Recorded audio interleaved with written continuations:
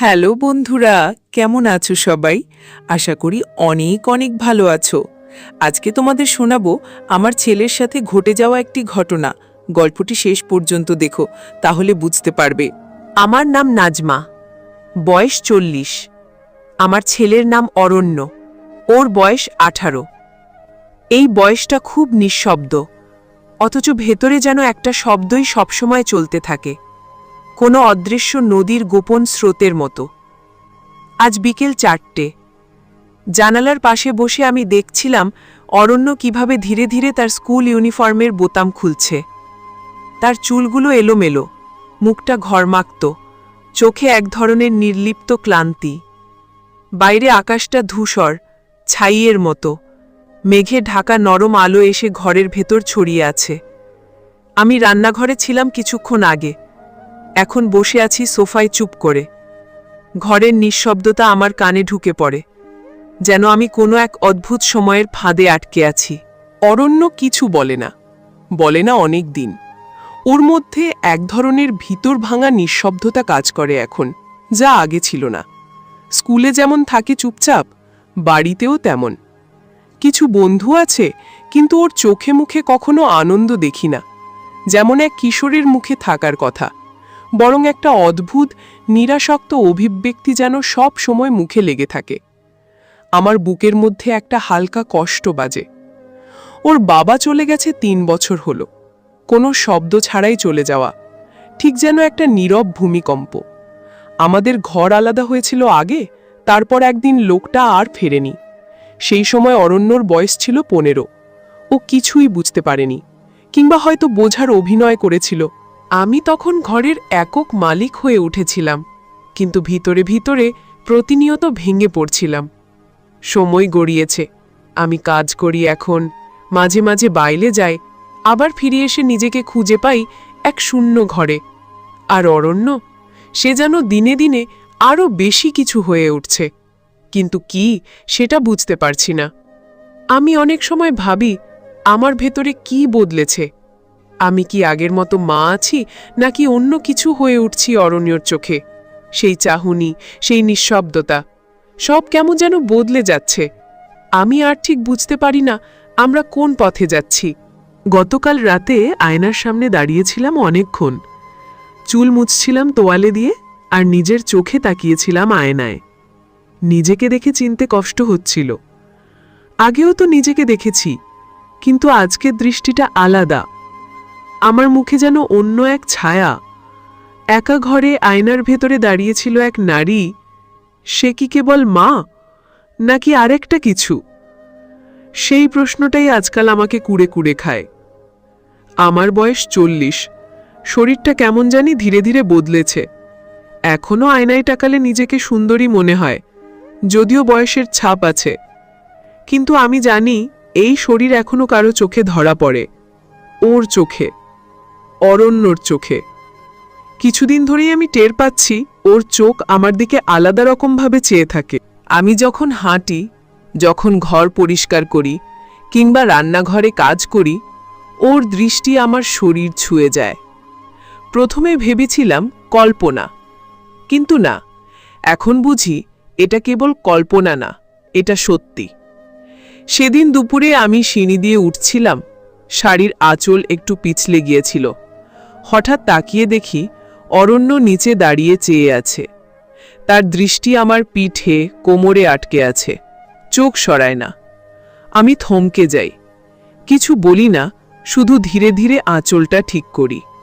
ওর মুখে কোনো অভিব্যক্তি ছিল না, কিন্তু সেই নিষ্পলক দৃষ্টি আমাকে ভেতর থেকে কাঁপিয়ে দিয়েছিল। আমি অনেক সময় নিজেকেই প্রশ্ন করি, আমার শরীর কি দায়ী? আমি কি কিছু এমন করে ফেলি যাতে ওর দৃষ্টি এমন হয়ে যায়, নাকি এটা ওর ভেতরের কোনো পরিবর্তন যা আমি আটকাতে পারছি না?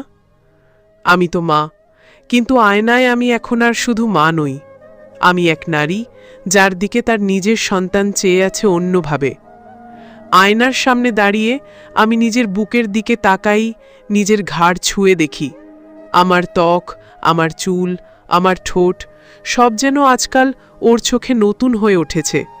আর আমিও কি নিজেকে নতুন করে অনুভব করছি? ভয় পাই সেই অনুভবকে। তবু সত্যিটা পাল্টাতে পারি না।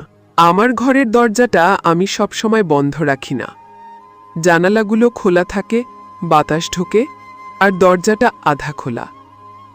আগে এসব খেয়াল করিনি কখনো, কিন্তু এখন আমি লক্ষ্য করি। মাঝে মাঝে রাতে কিংবা দুপুরে যখন ঘুমানোর ভান করি, দরজার ফাঁকে একটা ছায়া পড়ে দেয়ালে, নিঃশব্দ দাঁড়িয়ে থাকা একটা ছায়া। আমি চোখ খুলে তাকালে কিছু দেখি না, কিন্তু আমি জানি ও ছিল। ও আমার ছেলে, দাঁড়িয়েছিল চুপচাপ, কখনো কিছু বলে না, কখনো দরজায় টোকা দেয় না, কিন্তু দরজার ভাগ দিয়ে কি দেখছে তা আমি অনুভব করি। আমি শুয়ে থাকি, বুকের কাপড় একটু এলোমেলো থাকে, অথবা পায়ের পাশে শাড়িটা একটু সরে গেছে। আমি ইচ্ছে করেই ঠিক করি না কখনো কখনো। আর আমি জানি এই ছোট ছোট ফাঁক দিয়েও দেখছে, শরীর না, দৃশ্য। কিন্তু সেই দৃশ্য একজন ছেলের চোখে পড়ার নয়। আমি প্রথমে বিশ্বাস করিনি, নিজেকে বোঝাতে চেয়েছিলাম হয়তো কাকতালীয়, হয়তো ভুল দেখেছি। কিন্তু এটা একদিন দুদিনের ব্যাপার নয়। ও দাঁড়িয়ে থাকে কিছুক্ষণ, তারপর চলে যায়। আমি শুয়ে থাকি, চোখ বন্ধ করি, আর শুনতে পাই ওর নিঃশ্বাস আস্তে আস্তে ঘরের ফাঁক দিয়ে ঢুকে আসে। আমার বুকের মধ্যে তখন অদ্ভুত এক চাপ লাগে। আমি লজ্জিত, আমার নিজের শরীর নিয়ে অপরাধী বোধ করি, অথচ সেই অপরাধেই অদ্ভুত এক শান্তি পাই। আমি তো দরজা বন্ধ করতে পারতাম, আমি তো শাড়ি ঠিক করে শুতে পারতাম, আমি তো চোখ খুলেই বলতাম এই মুহূর্তে ওখানে কেন দাঁড়িয়ে। কিন্তু আমি কিছু করি না, আমি তাকিয়ে থাকি সেই ফাঁক দিয়ে পড়া ছায়ার দিকে। আমার ছেলে, না, শুধু ছেলে নয়, এখন সে একজন পুরুষ, এবং তার চাহনিতে আমি যে আকর্ষণ টের পাই সেটা কোনো ভুল নয়। দরজার ফাঁক দিয়ে সে আমায় পড়ছে, আর আমি নিজেকে খুলে দিচ্ছি। এই খোলা দরজা এখন শুধু কাঠের নয়, এটা আমার শরীর, আমার মনের এক অন্ধকার সীমানা, যেখানে ও ধীরে ধীরে পা রাখছে, আর আমি তাকে আটকাচ্ছি না। মানুষ বলে ভালোবাসার সঙ্গে গন্ধের একটা অদ্ভুত সম্পর্ক থাকে, কিন্তু এটা তো ভালোবাসা না, তাই না? এটা তো মা আর ছেলের মধ্যেকার সম্পর্ক। অথচ এই গন্ধটাই আজকাল আমাকে অস্থির করে তোলে। সকালে ও যখন স্কুল বা কোথাও যাবার জন্য বের হয়, তার ঘরটা আমি একটু গুছিয়ে দিই, আগেও দিতাম, কিন্তু এখন ঘরে ঢুকেই থমকে যাই। বালিশে মাথা রাখলে একটা কিশোর পুরুষ গায়ের গন্ধ নাকে আসে। শরীর থেকে আসা ঘাম, চুলের ঘ্রাণ, জামার কলারে জমে থাকা কোলনের ফিকে ঘ্রাণ, সব মিশে একটা নেশা তৈরি করে। আমি বসে থাকি ওর বিছানায়, কখনো বালিশে মাথা রেখে চোখ বন্ধ করি, যেন নিজের ছেলেকে নিজের গায়ের ওপর কল্পনা করি। আমি জানি এটা বলা যায় না, মানা যায় না, স্বীকার করা তো আরও দূরের কথা, কিন্তু এই ঘ্রাণ আমায় চুম্বকের মতো টানি। আমার শরীরে কোথাও যেন শিরশিরে একটা সাড়া জেগে ওঠে। আমি কি তবে দুর্বল? আমি কি নিজের ছেলের গন্ধে মোহগ্রস্ত হয়ে পড়ছি? আমি কি একা হয়ে গেছি এতটাই? ওর জামা আমি মাঝে মাঝে ধুতে দিই না, ভাঁজ করে রাখি আলমারিতে। একদিন দেখি আমার শাড়ির পাশে ওর একটা সাদা টি-শার্ট রাখা, গায়ে গন্ধ লেগে গেছে। আমি ওটা তুলে নিই হাতে, চোখ বুজে নিই, যেন আমি ওর শরীরের গা ঘেঁষে দাঁড়িয়ে। সেই মুহূর্তে আমি শুধু মা নই, আমি নারী। আমি অনুভব করি কেউ আমায় চায়, আর সেই চাওয়াটাই ভুল, পাপ, ভয়ঙ্কর। আমি তখন চমকে উঠি, জামাটা তাড়াতাড়ি রেখে দিই, নিজেকে গাল দিই ভেতরে ভেতরে, কিন্তু গন্ধটা থেকে যায় আমার গায়ে, আমার চুলে, হাতে, নাকে। এমনকি রাতে যখন আমি একা ঘুমোতে যাই, তখনও সেই গন্ধ আমার বুকের ভেতর পেঁচিয়ে থাকে। আমি ঘুমোতে পারি না, পায়ের পাতায় গরম হয়ে ওঠে, বুক ভারী হয়। আমি জানি এটা কোনো মা অনুভব করার কথা না, কিন্তু আমি অনুভব করি। ধীরে ধীরে আমি বুঝতে পারি ওর শরীরের গন্ধ আমার কাছে প্রিয় হয়ে যাচ্ছে। আমি ভয় পাই এই প্রিয়তাকে, কিন্তু এও জানি এই ভয়েই আমি বাঁচি এখন। একটা ভুল গন্ধ, একটা ভুল আকর্ষণ, একটা ভুল সম্পর্ক, তবুও আমার ভেতরে আরেকটা কণ্ঠ বলে, ভুল কোথায়? চাওয়া তো শুধু চাওয়া। চাওয়া কি কেবল বয়স দেখে বিচার হয়? আমি আর কিচ্ছু বলি না, শুধু নীরবে বসে থাকি অন্ধকার ঘরে, আর গন্ধ নিই। ও আমাকে ইচ্ছে করেই ছুঁয়ে যায়, না সোজাসুজি নয়, এমন ভাবে যেন সবটাই দুর্ঘটনা, যেন কোনো দোষ নেই। কিন্তু আমি বুঝি, আমি স্পষ্ট বুঝি, ওই ছোঁয়া উদ্দেশ্যহীন নয়। একদিন দুপুরে আমি রান্নাঘরে ভাপ নামাচ্ছি। গরম হাওয়ায় চুলের গোড়া ঘেমে গেছে, শাড়িটা পেছন থেকে একটু সরে গিয়েছিল। ও এসে দাঁড়ায় একদম পেছনে, ওর হাতে পানির বোতল, বলে, পানি দেবে মা? আমি ঘুরে দাঁড়াতে যেতেই ওর শরীর ঠেকে যায় আমার পিঠে। বুকের ওপরে হালকা চাপ লাগে, এমনভাবে যেন একটু বেশি কাছে দাঁড়িয়েছে। আমি সরে যেতে চেয়েছিলাম, কিন্তু সে সরে না, শুধু দাঁড়িয়ে থাকে এক মুহূর্ত, বড্ড বেশি কাছাকাছি। তারপর ধীরে পানির বোতলটা নেয়, চলে যায়। আমি দাঁড়িয়ে থাকি কিছুক্ষণ। সেই ছোঁয়া, সেই অল্প চাপ, তা যেন আমার শরীর জুড়ে ছড়িয়ে যায় আগুন হয়ে। ভুল, আমি বারবার বলি নিজেকে, এটা ভুল। কিন্তু তারপরের দিন আবার ঘটে কিছু। সন্ধ্যায় টিভির রিমোট খুঁজতে খুঁজতে ও এসে বসে আমার পাশে, একেবারে গা ঘেঁষে। ওর হাত আমার হাঁটুর ওপর পড়ে, বলে, ওই যে রিমোটটা তো আপনার পাশে। আমি ওর দিকে তাকাই, চোখে একটু চমক, একটু ভয়। ও তখন হেসে ওঠে হালকা করে, সেই হাসিতে কেমন এক নির্দোষত্ব মাখা। কিন্তু সেই চোখ, ওর চোখ আমার হাঁটু থেকে সরছে না। আমি হাত বাড়িয়ে রিমোটটা দিই, আমাদের আঙুল ছুঁয়ে যায়, 1 সেকেন্ড মাত্র। কিন্তু সেই 1 সেকেন্ডে আমার বুকের ভিতরটা যেন থেমে যায়।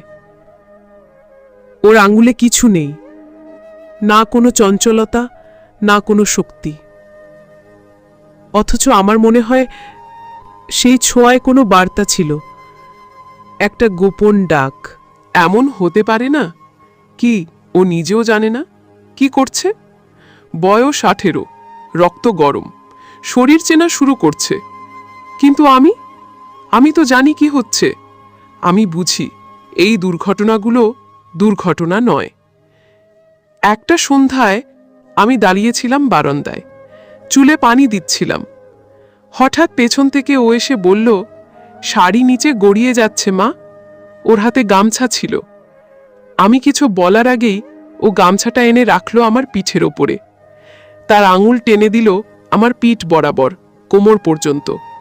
আমি কেঁপে উঠি, কিন্তু কিছু বলি না, কারণ আমি জানি ও ঠিক কতটুকু করে। ও ছোঁয়ায়, কিন্তু স্পষ্ট করে না। ও চায়, কিন্তু মুখে কিছু বলে না। আর আমি সব বুঝি, অথচ প্রতিদিন তার ছায়ার নিচে নিজেকে আরও গভীর পাপের দিকে ঠেলে দিই। এই ছোঁয়াগুলো যেন আগুন, আমার গায়ে ধীরে ধীরে পুড়তে থাকা এক নিষিদ্ধ ইচ্ছার ফুলকি। ওর চোখ বদলে গেছে।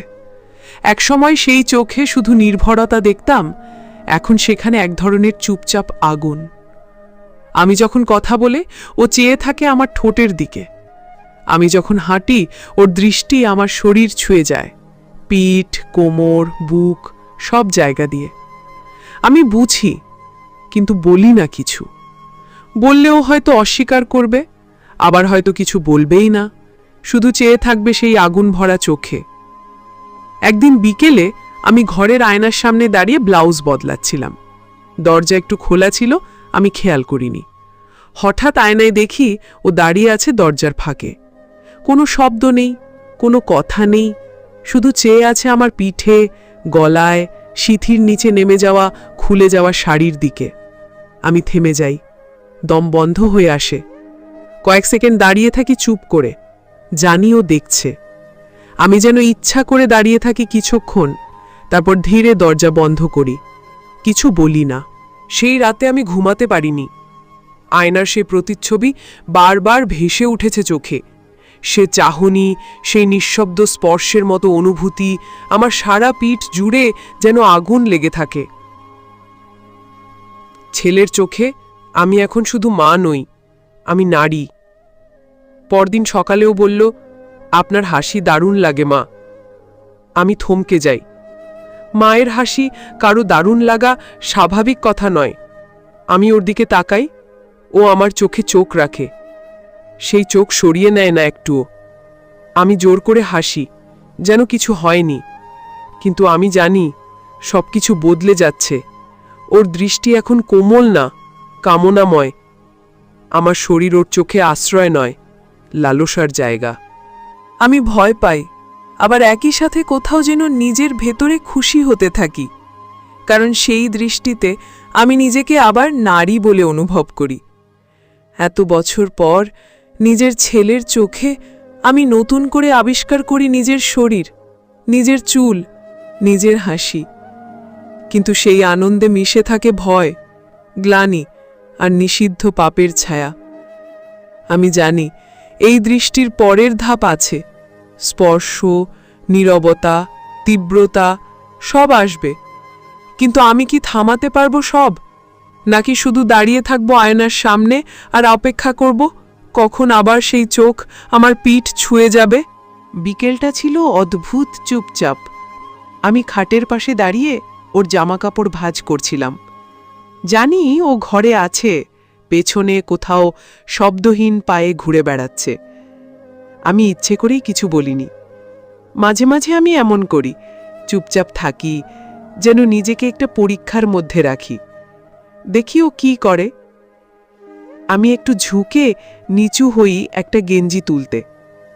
হঠাৎ টের পাই ও একেবারে আমার পেছনে এসে দাঁড়িয়েছে, খুব কাছে, এমনভাবে যে আমার চুলের গন্ধ নিশ্চয়ই ওর নাকে যাচ্ছে। আমি নিঃশ্বাস আটকে রাখি। সে কিছু বলে না, আমি কিছু বলি না, শুধু দাঁড়িয়ে থাকে নিঃশব্দে। তারপর ওর হাতটা আসে আমার পিঠে, খুব হালকা, যেন ও নিজেও জানে না সে কি করছে, যেন একটা স্বপ্নে হাত বাড়াচ্ছে, ধরবে কি ধরবে না। আমি নাড়াচাড়া করি না, ঠাই দাঁড়িয়ে থাকি, যেন আমি চাই ওর হাত থাকুক সেখানেই, যেন আমি নিজেও ভুলে গেছি যে এটা আমার ছেলে। ওর আঙুল আমার শাড়ির ভাঁজ স্পর্শ করে, আমার গলা শুকিয়ে আসে। মনে হয় একটা চিৎকার থেমে আছে ঠোঁটের আগায়, কিন্তু সেই চিৎকার আর বেরোয় না। আমি বরং চোখ বন্ধ করে ফেলি। শরীর যেন শিকড় গেড়ে ফেলে মাটিতে। ওই হাতটা আরেকটু নিচে নামে, তারপর হঠাৎ থেমে যায়। ও সরে যায় এক মুহূর্তে, যেন কিছুই হয়নি। আমি বসে পড়ি বিছানার পাশে। মনে হয় পৃথিবীটা হঠাৎ কেমন উল্টে গেছে। সে আমাকে ছুঁয়েছে, আমি তাকে ঠেকাইনি। আমি মা, অথচ নিজেকে মনে হয়েছে অদ্ভুত এক নারী, যার ভেতরে দীর্ঘদিন ধরে জমে থাকা একটা গোপন ইচ্ছা আচমকা ভেঙে পড়েছে। সেই রাতে ওর ঘরের দরজা বন্ধ ছিল, কিন্তু আমি টের পেয়েছিলাম ও জেগেছিল, আমিও জেগেছিলাম। বিছানায় শুয়ে শুধু ভাবছিলাম, সেই ছোঁয়া, সেই স্পর্শ, ওর আঙুল, আমার পিঠ, সেই মুহূর্তের নিঃশ্বাস, সব মিলিয়ে এক অদ্ভুত নিঃশব্দ পাপ। আমি জানি এটা ঠিক না, আমি জানি আমি মা, কিন্তু তখন শরীর কোনো নিয়ম মানে না। তখন চোখে শুধু একটাই ছবি ভাসে, আমার ছেলের হাত আমার শরীরে। সবশেষে বলবো, আপনার শরীরে আপনার ছেলে কিভাবে হাত দিচ্ছে এটা খেয়াল করুন, সচেতন হন। যদি আপনার দিকে খারাপ নজর দেয়, খারাপ চোখে দেখে, তাহলে আপনার ছেলেকে বুঝান। যদি না বুঝে, তাহলে কাউন্সিলরের সাহায্য নিন। যদি আপনার ছেলের মানসিক সমস্যা থাকে, তাহলে দ্রুত চিকিৎসকের পরামর্শ নিন। আজকের গল্পটি ছিল সচেতনতার জন্য। আশা করি সবাই বুঝতে পেরেছেন। ধন্যবাদ।